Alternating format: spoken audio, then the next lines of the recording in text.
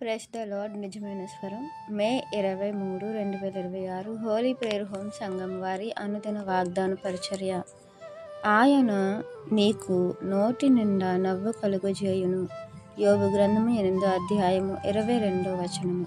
ప్రియమైన దేవుని వారలారా, దేవుడు యోబు గారి జీవితంలో ఆయనకి కలిగినదంతా తీసివేయటం వలన, అలాగే తన పిల్లల్ని కూడా దేవుడు లేకుండా చేయడం వలన, యోబు యొక్క స్నేహితుడు వాటన్నిటిని గూర్చి, నీవు దేవునికి విరోధంగా ఏమైనా చేస్తున్నావేమో, నీ బిడ్డలు దేవుని గురించి విరోధంగా ఏమైనా చేస్తున్నారేమో, అందుకే వారిని దేవుడు శిక్షించారు.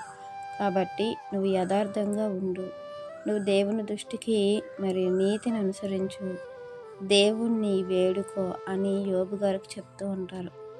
ప్రియమైన దేవుని వారలారా, దేవుడు స్వయంగా అతనిని మొత్తారు, ఇష్టపడ్డారు, అతను పరీక్షించారు.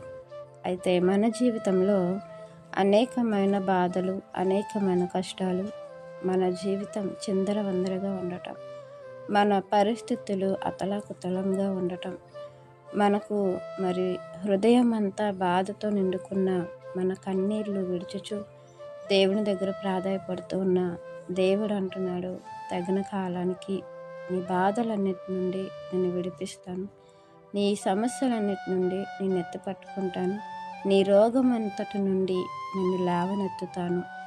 ఇదిగో ఈ బాధల వలన నువ్వు కృంగి ఉన్నావు, ఈ బాధల వలన నీ మనస్సు చెడి ఉంది, ఈ బాధల వలన నీ హృదయము క్షీణించుకుపోతుంది. అయితే ఇవన్నిటిని తీసివేసి నీకు నోటి నిండా నవ్వునిస్తాను, హర్షించే పెదవులనిస్తాను. కాబట్టి దేవుని మీద ఆధారపడితే, దేవుని మీద ఆశ్రయమునంది కట్టుకుంటే, దేవుణ్ణి మన కొండగా, కోటగా, మన సొత్తుగా, మనకున్నటువంటి సమస్తము దేవుడే, మన భాగము దేవుడే అన్నట్లుగా మనం ఉన్నప్పుడు, దేవుడు ఆయన చెయ్యాలనుకున్నది మన జీవితంలో చేస్తారు. ఇంకా మనం ఆలోచిస్తే, యోబు గారి విషయంలో దేవుడు అతనికి మరలా ఆ బాధలన్నిటి నుండి తీసివేసి రెండింతల ఆశీర్వాదంతో నింపి, ఆయన ఇచ్చినటువంటి ఈ మాటను అతడి జీవితంలో దేవుడు నెరవేర్చారు.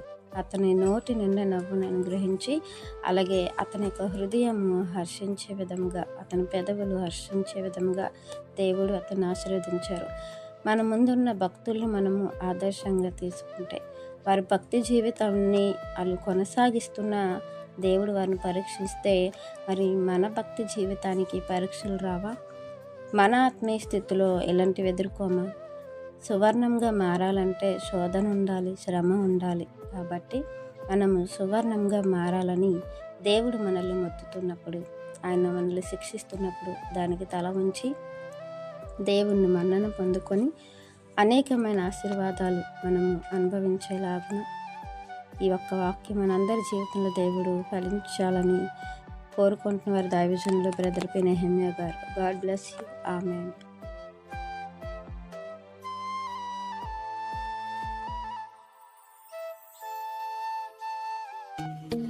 Hi friends, holy prayer home Gajuwaka Sangama వారు మాట్లాడిన విలువైన దేవుని సందేశములను మీరు వినటానికి మా యొక్క యూట్యూబ్ ఛానల్ హోలీ ప్రేయర్ హోమ్ను సబ్స్క్రైబ్ చేసుకొని పక్కనున్న బెల్ ఐకాన్ క్లిక్ చేయగలరు.